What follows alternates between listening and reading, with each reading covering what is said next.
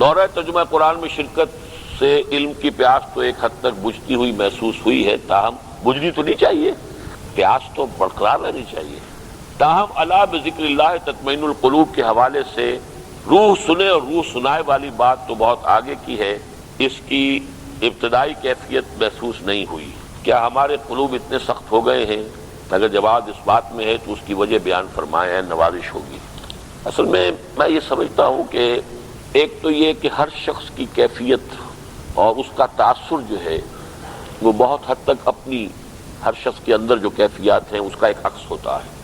سب کی کیفیت شاید ایسی نہ ہو، لیکن یہ کہ بارہ جس نے بھی یہ محسوس کیا ہے، اب اس کے حوالے سے میں بات عرض کروں گا۔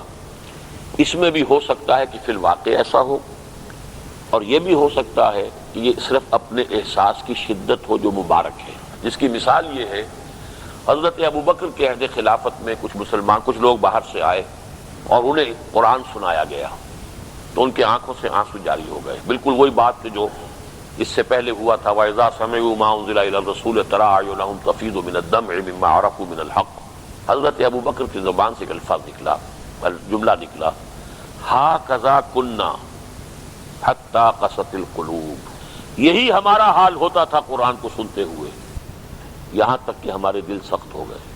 یعنی اب قرآن کو سنتے ہوئے ہماری آنکھوں سے آنسو نہیں نکلتے۔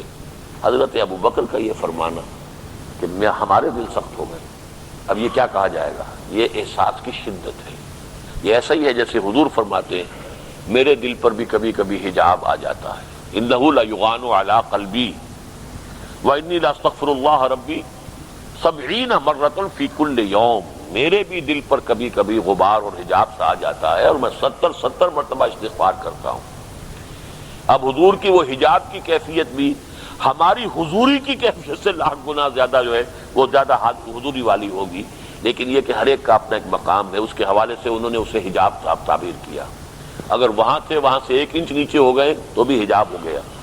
اسی طریقے سے اگر کسی کو یہ احساس ہوتا ہے تو احساس اپنی جگہ مبارک ہے، اور اس میں یہ بھی ہے کہ میں اپنے طرف اس بات کو منسوب کرنے کے لیے تیار ہوں۔